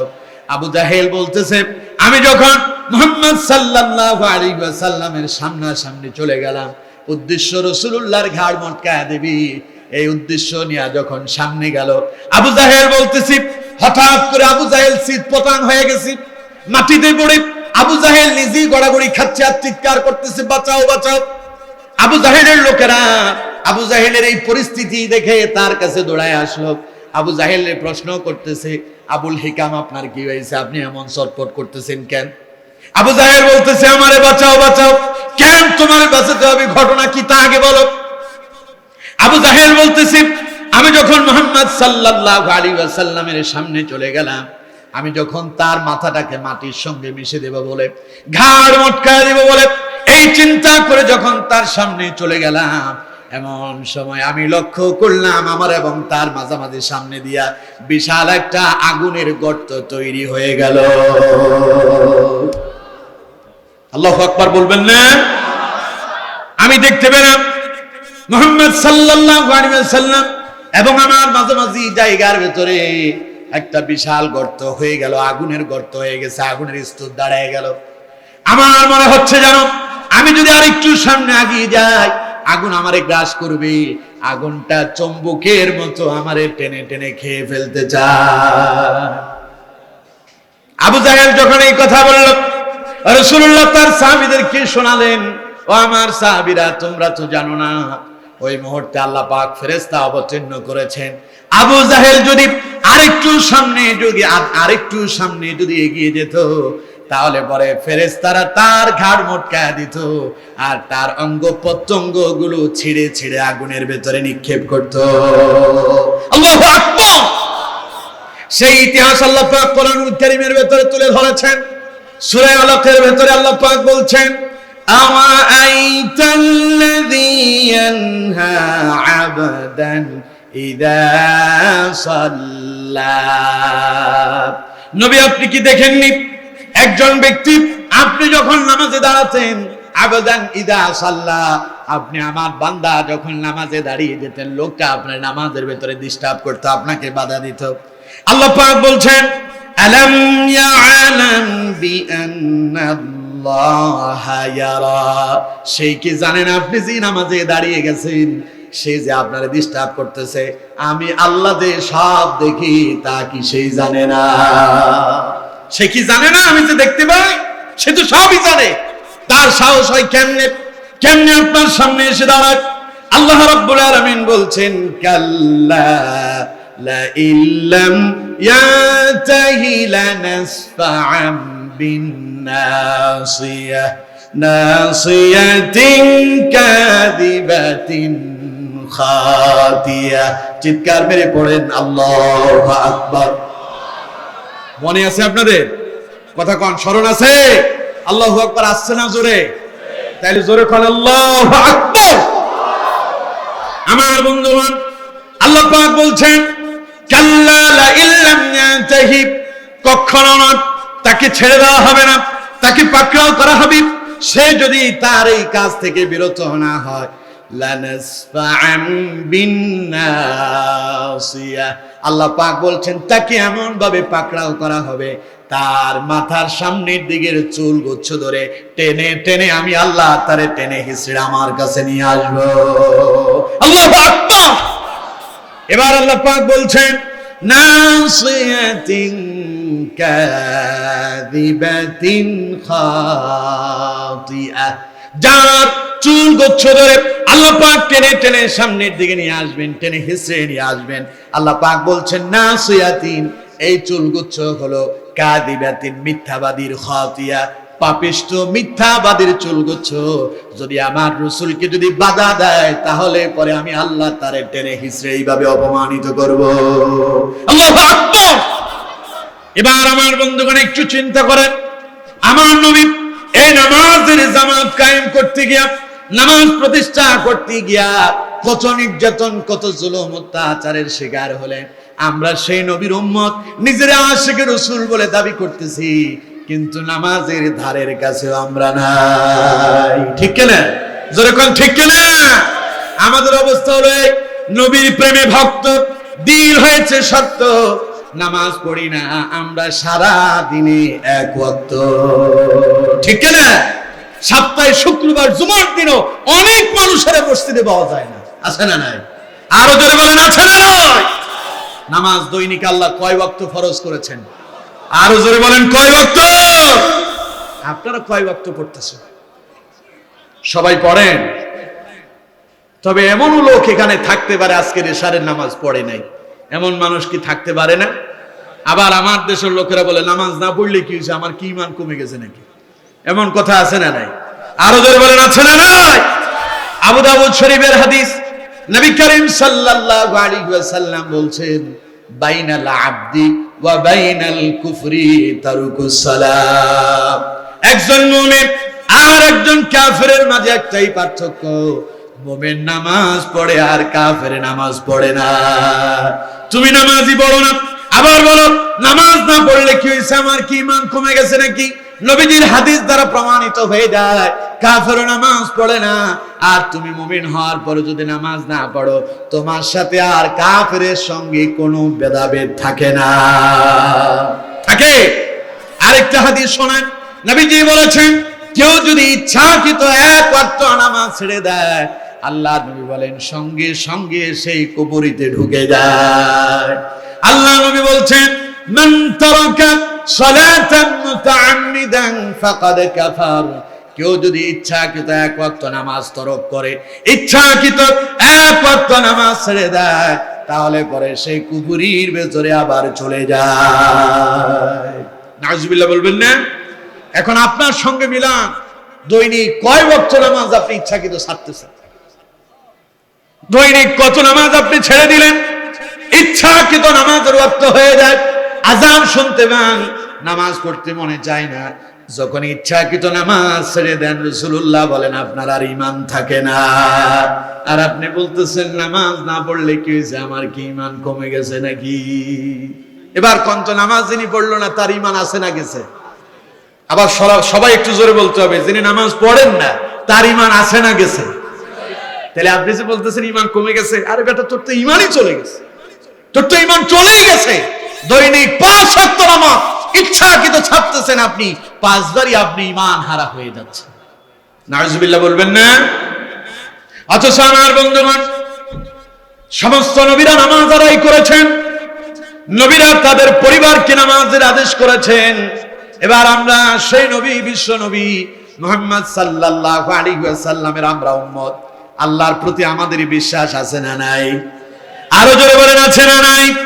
আমরা যারা ঈমান আনয়ন করেছি, আমরা যারা পড়েছি লা ইলাহা ইল্লাল্লাহ মুহাম্মাদুর রাসূলুল্লাহ, চিৎকার মেরে পড়েন সাল্লাল্লাহু আলাইহি ওয়াসাল্লাম। এই কালেমা আমরা যারা মুখে উচ্চারণ করলাম, অন্তরে বিশ্বাস করলাম, আর এই কালেমা মোতাবেক আমরা যারা জীবন পরিচালনা করি, আল্লাহ পাক আমাদেরকে ডেকে বললেন ইয়া আইয়ুহাল্লাযীনা আমানু রুকউ ওয়াসজুদু ওয়া'বুদু রাব্বাকুম ওয়াফআলুল খায়রা লাআল্লাকুম তুফলিহুন। চিৎকার মেরে বলেন আল্লাহু আকবার। ভুলে গেছেন? দেখছেন ওয়াজ করতে করতে আমি গলা ফাটাই ফেলতেছি, আপনারা বারবার ভুলে যান। ভুলে গেলে চলবে? জোরে কোন চলবে? আল্লাহু আকবার আসতে হবে না জোরে হবে? চিৎকার মেরে বলেন আল্লাহু আকবার। আল্লাহ পাক আমাদেরকে ডেকে বললেন ইয়া আইয়ুহাল্লাযীনা আমানু, হে ঈমানদারেরা, হে মুমিনেরা, হে বিশ্বাসীরা, আমানু রুকউ, তোমরা রুকু করো, ওয়াসজুদু, তোমরা সিজদায় অবনত হও, ওয়ারকা ওয়া'বুদু রাব্বাকুম, আর তোমরা তোমাদের রবের ইবাদত করো, ওয়াফআলুল খায়র, তোমরা ভালো ভালো কাজ করো, লাআল্লাকুম তুফলিহুন, যদি তোমরা সফল কাম হতে চাও তাহলে তোমাদের প্রথম দায়িত্ব তোমরা রুকুতে চলে যাও, তোমাদের দ্বিতীয় দায়িত্ব সিজদায় অবনত হয়ে যাও, তোমাদের তৃতীয় দায়িত্ব আল্লাহর গোলামি করো, আল্লাহর ইবাদত করো, তোমাদের পঞ্চম দায়িত্ব তোমরা অবশ্যই ভালো ভালো কাজ করো, লাআল্লাকুম তুফলিহুন, তাহলে আমি তোমাদেরকে সফল বানায়া দেব। তাহলে সফল হওয়ার জন্য নামাজের দরকার আছে না নাই? আরো জোরে বলেন আছে না নাই? কোরআনুল কারীম, এটা তো হলো সূরা হজ্জের ৭৭ নম্বর আয়াত শোনালাম। সূরা তাহা আল্লাহ রাব্বুল আলামিন ১৪ নম্বর আয়াতে বলছেন ইন্নানি আনাল্লাহু লা ইলাহা ইল্লা আনা ফা'বুদনি ওয়া আকিমিস সালাতা লিযিকরি। আল্লাহ পাক বলছেন ইন্নানি আনাল্লাহ, নিশ্চয়ই আমি আল্লাহ, লা ইলাহা ইল্লাহু, আমি ছাড়া আর কোনো মাবুদ নাই, ইল্লা আনা ফা'বুদনি, সুতরাং বান্দা ইবাদত যদি করতেই হয়, গোলামি যদি করতেই হয়, একজনের করা লাগবে, তিনি কে? এরপর আল্লাহ পাক বলছেন ওয়া আকিমিস সালাতা লিযিকরি, আর আল্লাহর ইবাদতের জন্য সবচাইতে শ্রেষ্ঠ মাধ্যম হলো নামাজ। সবচাইতে শ্রেষ্ঠ মাধ্যম কি? আরো জোরে বলেন কি? আল্লাহ পাক বলছেন ওয়া আকিমিস সালাতা লিযিকরি, আল্লাহর ইবাদত করার জন্য, আল্লাহর স্মরণে তোমরা নামাজে দণ্ডায়মান হয়ে যাও। সুবহানাল্লাহ বলেন। তাহলে আল্লাহর ইবাদতের জন্য, আল্লাহর প্রিয় পাত্র হওয়ার জন্য সবচেয়ে গুরুত্বপূর্ণ যেই কাজ আমাদেরকে করতে হবে, সেই কাজটার নাম, আরো জোরে বলেন, সেই কাজের নাম, রাসূলুল্লাহ বলছেন as-সালাতু মিরাজুল মুমিনিন, নামাজ এমন একটা ইবাদত, নামাজ পড়ে যারা আল্লাহর সঙ্গে দিদার করে তারা। সুবহানাল্লাহ। এই মাসেই রাসূলুল্লাহ মেরাজ করেছেন, এটা তো রজব মাস চলতেছে, এই মাসেই রাসূলুল্লাহ মেরাজ হয়েছে। রাসূলুল্লাহ মেরাজ করার জন্য কোথায় গিয়েছেন? কন্ত আল্লাহর আরশ পর্যন্ত পৌঁছায় গেল। পৃথিবীর প্রথম, দ্বিতীয়, তৃতীয়, চতুর্থ, পঞ্চম, ষষ্ঠ, সপ্তম আকাশ মাড়ি দিয়ে সিদরাতুল মুনতাহা অতিক্রম করে ডাইরেক্ট আল্লাহ পাকের আরশে আজিমে গিয়া আল্লাহর নবী সেখানে আল্লাহর সঙ্গে মেরাজ করেছেন। আর আল্লাহ তার বান্দার জন্য বলছেন, বান্দা, আমার নবী মেরাজ করার জন্য আমার কাছে এসেছে, তবে তোমরা আমার সঙ্গে মেরাজ করার জন্য আমার আরশে আজিম পর্যন্ত আসতে হবে না, তোমরা নামাজে দাঁড়িয়ে যাবে, আমি আল্লাহ নিজেই ডাইরেক্ট তোমাদের সামনে এসে দাঁড়িয়ে যাব। সুবহানাল্লাহ। নামাজে যখন দাঁড়িয়ে যাবেন, নামাজ যখন শুরু করে দেন, রাসূলুল্লাহ বলেছেন আপনি যখন নামাজের কিরাত পড়েন, আপনার সঙ্গে যিনি কথা বলা শুরু করেন তিনি কে? আপনি যখন পড়েন আলহামদুলিল্লাহি রাব্বিল আলামিন, আল্লাহ কথা বলে কি বলে না? জোরে কোন, বলে কি বলে না? আমাদের সেই কান নাই, আমরা শুনতে পাই না, আমাদের সেই চোখ নাই, আমরা দেখতে পাই না। রাসূলুল্লাহ বলেছেন আপনি যখন পড়েন আলহামদুলিল্লাহি রাব্বিল আলামিন, আল্লাহ পাক সঙ্গে সঙ্গে জবাব দেন। আল্লাহ পাক তখন আপনাকে ডেকে বলেন হামিদানি আব্দি, বান্দারে তুই তো আমি আল্লাহর প্রশংসা করেছিস। সুবহানাল্লাহ। এবার আপনি বললেন আর রহমানির রহিম, আল্লাহ কথা বলে কি বলে না? আরো জোরে কোন, বলে কি বলে না? আপনি যখন পড়েন আর রহমানির রহিম, তখন আল্লাহ পাক জবাব দেন আতনা আলাইয়া আব্দি, বান্দারে তুই তো আমার বড়ত্বের কথা বললি, আমার শ্রেষ্ঠত্বের কথা বললি। সুবহানাল্লাহ। এবার আপনি বললেন ইয়াকা না'বুদু ওয়া মালিকি ইয়াউমিদ্দিন, আপনি বললেন মালিক ইয়াউমিদ্দিন, কিয়ামত দিবসের মালিক যিনি, তিনি কে? আরো জোরে বলেন তিনি কে? আপনি যখন আয়াতটা পড়া শেষ করেন, সঙ্গে সঙ্গে আল্লাহ আপনার সঙ্গে কথা বলে। আল্লাহ পাক বলেন মান জাদানি আব্দি, আল্লাহু আকবার। আল্লাহ বলেন বান্দা তুই তো আমার বড়ত্বের কথা বললি, আমার ক্ষমতার কথা বলেছিস। আল্লাহু আকবার। এবার আপনি বললেন ইয়াকা না'বুদু ওয়া ইয়াকা নাস্তাঈন, আল্লাহ কথা বলে কি বলে না? আপনি বললেন ইয়াকা না'বুদু, আয় আল্লাহ আমি কেবল তোমার ইবাদত করি, ওয়া ইয়াকা নাস্তাঈন, আর তোমার কাছে সাহায্য চাই। আল্লাহ পাক তখন বলেন হাদা বাইনি ওয়া বাইনা আব্দি, আল্লাহু আকবার। বান্দা এটা আমার এবং তোর ভেতরে সীমাবদ্ধ থাকুক। সুবহানাল্লাহ। এটা তো আমার আর তোর ভেতরে সেতু বন্ধন, আমার আর তোর সাথে সম্পর্ক তো তাই, আমি আল্লাহ তোর গোলাম, আমি আল্লাহ তোর আল্লাহ রব, আর তুই হলি আমার গোলাম। সুবহানাল্লাহ। এবার আপনি বললেন ইহদিনাস সিরাতাল মুস্তাকিম সিরাতাল্লাযীনা আন'আমতা আলাইহিম গায়রিল মাগদুবি আলাইহিম ওয়ালাদ-দাল্লিন, চিৎকার মেরে সবাই পড়েন আমিন। আপনি যখন ইহদিনাস সিরাতাল মুস্তাকিম থেকে শুরু করে ওয়ালাদ-দাল্লিন পর্যন্ত পড়েন, রাসূলুল্লাহ বলেছেন আকাশে একদল ফেরেশতা চিৎকার মেরে পড়ে আমিন। বান্দা তুমি যদি ওদের সাথে যদি তুমিও পড়ো আমিন, তাদের আমিন আর তোমার আমিনের সঙ্গে যদি মিলে যায়, আল্লাহ পাক তোমাদের পূর্বের সমস্ত গুনাহগুলো মাফ করে দেবেন। আপনি যখন ইহদিনাস সিরাতাল মুস্তাকিম থেকে ওয়ালাদ-দাল্লিন পর্যন্ত পড়েন, ফেরেশতারা আমিন বলে আল্লাহর কাছে স্বীকৃতি দেয়, আল্লাহ তোমার বান্দার এই আরজি গুলো মঞ্জুর করো। আল্লাহ পাক বলেন, বান্দা যা বলেছো তা আমি কবুল করে নিলাম। তাহলে নামাজে দাঁড়ালে কার সঙ্গে দিদার হয়? আরো জোরে কোন কার সাথে? ওই নামাজ পড়ার দরকার আছে না নাই? আরো জোরে বলতে হবে, আছে না নাই? আমার বন্ধুগণ, আজ তো আমরা সেই নামাজ পড়তে চাই না, ওই নামাজের কাছে আমরা যেতে চাই না।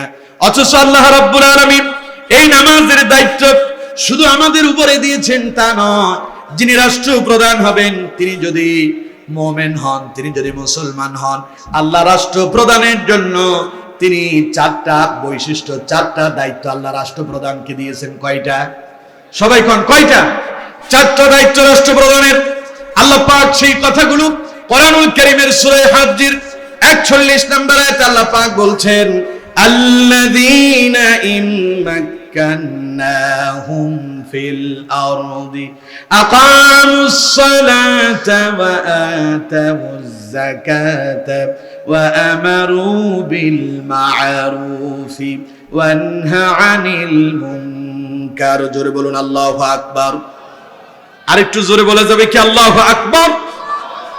আল্লাহ পাক বলছেন, আল্লাযীনা ইম্মাক্কান্নাহুম ফিল আরদ, মুসলমানদেরকে যদি আমি সরকার বানাই, ওরে যদি আমি ক্ষমতা দেই, তখন তার প্রথম দায়িত্ব হলো আকামুস সালাত। তার প্রথম দায়িত্ব হলো সেই তার রাষ্ট্রের লোকদেরকে নামাজের আদেশ করবে।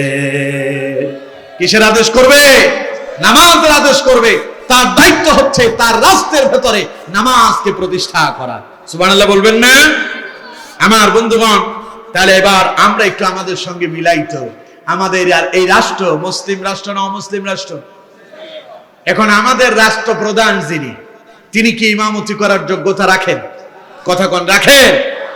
রাষ্ট্রের সিস্টেম হচ্ছে যিনি রাষ্ট্রপতি হবেন, যিনি প্রধান রাষ্ট্রপতি হবেন, তার দায়িত্ব হচ্ছে রাষ্ট্রের জাতীয় মসজিদ যেটা হবে সেটাতে তিনি ইমামতি করবেন।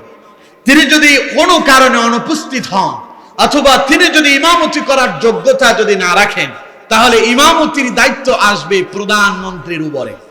প্রধানমন্ত্রী যদি কোনো কারণবশত অনুপস্থিত হন, ইমামতি করার যোগ্যতা যদি তার না থাকে, তাহলে প্রধান বিচারপতি যিনি হবেন তিনি ইমামতির দায়িত্ব পালন করবেন। প্রধান বিচারপতি তিনিও যদি নামাজের ইমামতি করতে অক্ষম হন, তাহলে এবার আসবেন সেনা প্রধান। তিনিও যদি নামাজের ইমামতি করতে যদি অক্ষম হন, তাহলে তারা একজনকে নির্বাচিত করে ইমামতি করবে। এখন আমি আপনাদেরকে প্রশ্ন করি, ওই চারটার কোনোটা আমাদের মাঝে আছে নাকি? আমাদের রাষ্ট্রপ্রধানকে যদি ইমামতি করতে বলা হয়, ওয়াল্লাহু আলাম, কি যে হবে আল্লাহই ভালো জানে। আর আমাদের প্রধানমন্ত্রী মহিলা মানুষ, তিনি তো ইমামতি করতেই পারবেন না। মহিলারা ইমামও হতে পারে না, আবার মহিলাদের পেছনে ইক্তেদা করলে নারীদেরও নামাজ হয় না, পুরুষেরও নামাজ হবে না। তাহলে আমাদের অবস্থা কি হলো? প্রিয় বন্ধুগণ, সরকার প্রধানের দায়িত্ব হচ্ছে তিনি তার রাষ্ট্রের ভেতরে নামাজ কায়েম করবেন। কেন কায়েম করবেন? নামাজ কায়েম করলে পরে রাষ্ট্রের ভেতরে কোনো অশ্লীলতা থাকবে না। এই রাষ্ট্রের ভেতরে, তাম পৃথিবীর ভেতরে, সমস্ত রাষ্ট্রের ভেতরে পাপাচার আছে না নাই? আরো জোরে বলেন, আছে না নাই? বিচার ব্যবস্থা যেখানে হয়, আদালত প্রাঙ্গণে মিথ্যা অভিযোগ আছে না নাই? মিথ্যা মামলা দিয়া মানুষদেরকে বিপদগামী করা হয় কি হয় না? এরপরে মিথ্যা সাক্ষী দিয়া মানুষদেরকে বিপদগ্রস্ত করা হয় কি হয় না? মিথ্যা রায় দিয়া একজন নিরপরাধ মানুষের অপরাধী বানানো হয় কি হয় না? রাষ্ট্রে যদি নামাজ কায়েম হয়ে যায়, তাহলে বিচারক কখনো মিথ্যা রায় দিতে পারে? মিথ্যা অভিযোগ নিয়ে কেউ আদালতে যেতে পারে? মিথ্যা সাক্ষী দেওয়ার জন্য কেউ দাঁড়াতে পারে? তাহলে রাষ্ট্রের দায়িত্ব হচ্ছে তিনি তার রাষ্ট্রে নামাজের জামাত কায়েম করবেন। প্রধানমন্ত্রী তিনি তার সংসদ ভবনে, সংসদ চলাকালীন সময় নামাজের আজান হবে, তিনি ইমাম হয়ে যাবেন। তিনি যখন ইমাম হয়ে নামাজ আদায় করবেন, তার পেছনে সমস্ত এমপি যারা আছে, সংসদ সদস্য নামাজ আদায় করবে। তারা যখন সবাই একসাথে নামাজ আদায় করবে, সংসদে যারা কথা বলবে, একজনও দাঁড়িয়ে মিথ্যা কথা বলতে পারবে না, কারণ নামাজ মানুষদেরকে মিথ্যা শিখায় না। ঠিক না? এবার আসুন প্রধান বিচারপতি, তিনি যখন সুপ্রিম কোর্টে যখন বসবেন, তার দায়িত্ব আজান হয়ে যাবে, তিনি ইমাম হয়ে যাবেন। সমস্ত বিচারক এবং সমস্ত আইনজীবী যারা আছেন তারা তার পেছনে ইক্তেদা করবেন। ফলে তিনি কোনো মিথ্যা রায় লিখতে পারবেন না। তার পেছনে যারা ইক্তেদা করলো, কোন আইনজীবী মিথ্যা মামলা নিয়ে তার সামনে দাঁড়াতে পারবে। এবার যিনি প্রশাসনের প্রধান হবেন, প্রত্যেক থানাতে একজন ওসি আছে না নাই? আজান যখন হয়ে যাবে, ওসি সাহেবের দায়িত্ব হচ্ছে তিনি তখন নামাজের ইমাম হয়ে যাবেন।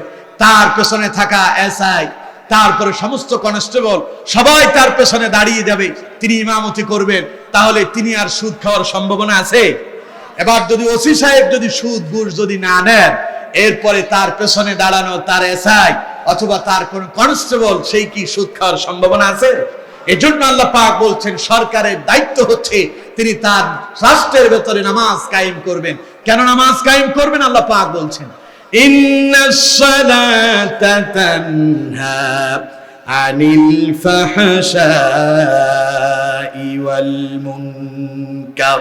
আমার বন্ধুগণ, আল্লাহ রাব্বুল আলামিন বলছেন রাষ্ট্রপ্রধান যখন তার রাষ্ট্রের ভেতরে এইভাবে নামাজ কায়েম করবে, আজান হয়ে যাবে, সংসদ ভবনে প্রধানমন্ত্রী ইমামতি করবে, এরপরে বিচার ব্যবস্থা যেখানে হবে সুপ্রিম কোর্ট, জজ কোর্ট, হাইকোর্ট, ওখানে যখন আজান হয়ে যাবে বিচারপতি নামাজের ইমামতি করবেন।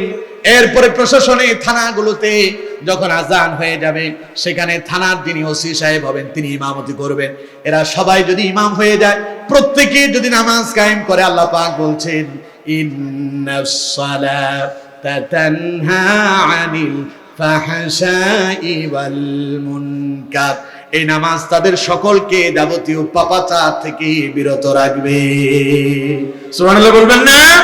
তাহলে আমার দেশে মিথ্যা অভিযোগে আলেমদেরকে বন্দী থাকা লাগবে। যদি নামাজ যদি জামাতের সাথে আদায় হয়, তাহলে আর আপনারা মামলা মোকদ্দমা লড়তে গিয়া মিথ্যা অভিযোগে অভিযুক্ত হওয়া লাগবে। নামাজ যদি আমার দেশের থানাগুলোতে কায়েম হয়ে যায়, আপনারা যখন মামলা করতে যাবেন তখন ঘুষের কোনো প্রয়োজন পড়বে। এজন্য নামাজ জামাতের সাথে এই বাংলাদেশে প্রতিষ্ঠিত হওয়ার প্রয়োজন আছে না নাই? আরো জোরে বলেন আছে না নাই? কিন্তু সরকার যদি নামাজ পড়ার জন্য আপনারে বাধ্যবাধকতা যদি না দেয়, তাহলে মনে হয় নামাজ পড়া লাগবে না। কথা কন না কেন? লাগবে না? আল্লাহ রাব্বুল আলামিন বলছেন নামাজ শুধু সরকারের দায়িত্ব যে তা নয়। কোরআনুল কারীম সূরা আনকাবুতের 45 নম্বর আয়াতে আল্লাহ পাক বলছেন ইন্নাস সালাতা কানাত আলাল মুমিনিনা কিতাবাম মাওকুতা। সূরা নিসা 103 নম্বর আয়াতে আল্লাহ পাক বলছেন ইন্নাস সালাতা কানাত আলাল মুমিনিনা কিতাবাম মাওকুতা। প্রত্যেক মুমিনের দায়িত্ব হলো সময় মতো ওয়াক্ত মতো নামাজ আদায় করা। আর সময় মতো ওয়াক্ত মতো নামাজ যারা আদায় করে, আল্লাহ পাক বলছেন তারা সফল মুমিন। সুবহানাল্লাহ বলবেন না? সূরা মুমিনে আল্লাহ পাক 7টা কোয়ালিটি বর্ণনা করেছেন, যার ভেতরে 7টা গুণ থাকবে। আল্লাহ পাক বলছেন সেই সত্যিকারের মুমিন হয়ে যায়, সফল মুমিন হয়ে যায়। সেখানে আল্লাহ পাক বলছেন ওয়াল্লাযীনা হুম আলা সালাওয়াতিহিম ইউহাফিজুন। আল্লাহ রাব্বুল আলামিন বলছেন সফলকামী মুমিন তো সেই ব্যক্তি যেই ব্যক্তি নামাজের হেফাজত করে। তার মানে যেই ব্যক্তি সময় মতো ওয়াক্ত মতো নামাজ আদায় করে, ওই ব্যক্তি সফল মুমিন হয়ে যায়। সুবহানাল্লাহ বলবেন না? আমার বন্ধুগণ, আপনি যদি নামাজ আদায় করেন, বুখারীর একটি হাদিস, বুখারী এবং মুসলিমের হাদিস, নবী করিম সাল্লাল্লাহু আলাইহি ওয়াসাল্লাম বলছেন খামসু সালাওয়াতিন ইফতারাদাহুন্না আল্লাহ তাআলা মান আহসানা বুদুআহুন্না ওয়া সাল্লাহুন্না লিওয়াক্তিহিন্না ওয়া আতাম্মা রুকুআহুন্না ওয়া খুশুআহুন্না কানা লাহু আলা আল্লাহি আহদুন আন ইয়াগফিরা লা। চিৎকার মেরে পড়ুন আল্লাহু আকবার। না আপনারা উঠতেছেন কেন? প্রধান মুফাসসির আসছেন, তার সম্মানার্থে বসেন, একজনও উঠবেন না। যাদের হাজাতের প্রয়োজন আছে দ্রুত হাজাত ছেড়ে এসে বসে যান। রাসূলুল্লাহ বলেছেন আল্লাহ সুবহানাহু ওয়া তাআলা বান্দার উপরে দৈনিক 5 ওয়াক্ত নামাজ ফরজ করেছেন। এই যে আপনারা উঠতেছেন না, এটা তো খারাপ লাগতেছে, উঠবেন না, সবাই বসেন। রাসূলুল্লাহ বলছেন মান আহসানা বুদুআহুন্না, যে ব্যক্তি উত্তম রূপে ওযু করলো, ওয়া সাল্লাহুন্না, এরপরে নামাজের বিছানায় দাঁড়ায় গেল, লিওয়াক্তিহিন্না সময় মতো নামাজ আদায় করলো, ওয়া খুশুআহুন্না বিনয়ের সঙ্গে নামাজ পড়লো। রাসূলুল্লাহ বলছেন কানা লাহু আলাল্লাহি আহদুন আন ইয়াগফিরা লা, আল্লাহ তার ব্যাপারে ওয়াদা করেছেন আল্লাহ তার ওই বান্দাকে maaf করে দিবেন। সুবহানাল্লাহ। অপরাধ করেন নাই একজন মানুষ, হাত তুলেন তো। জীবনে অপরাধ করেন নাই? করছেন সবাই? অপরাধ করেন নাই, গুনাহ করেন নাই? একজনও অপরাধ করেন নাই এরকম একজনও তো নাই। জীবনভর সবাই অপরাধ করছি। এখন অপরাধ থেকে যদি ক্ষমা পেতে হয়, সর্বপ্রথম আমাদের দায়িত্ব হচ্ছে নামাজ কায়েম করতে হবে। কি কায়েম করতে হবে? নামাজ কায়েম করতে হবে। আসুন দৈনিক 5 ওয়াক্ত নামাজ সঠিকভাবে আদায় করার জন্য চেষ্টা করব তো ইনশাআল্লাহ। আল্লাহ পাক আমাদেরকে তৌফিক দান করুক। আমরা বলি আমিন। আরো জোরে পড়েন আমিন।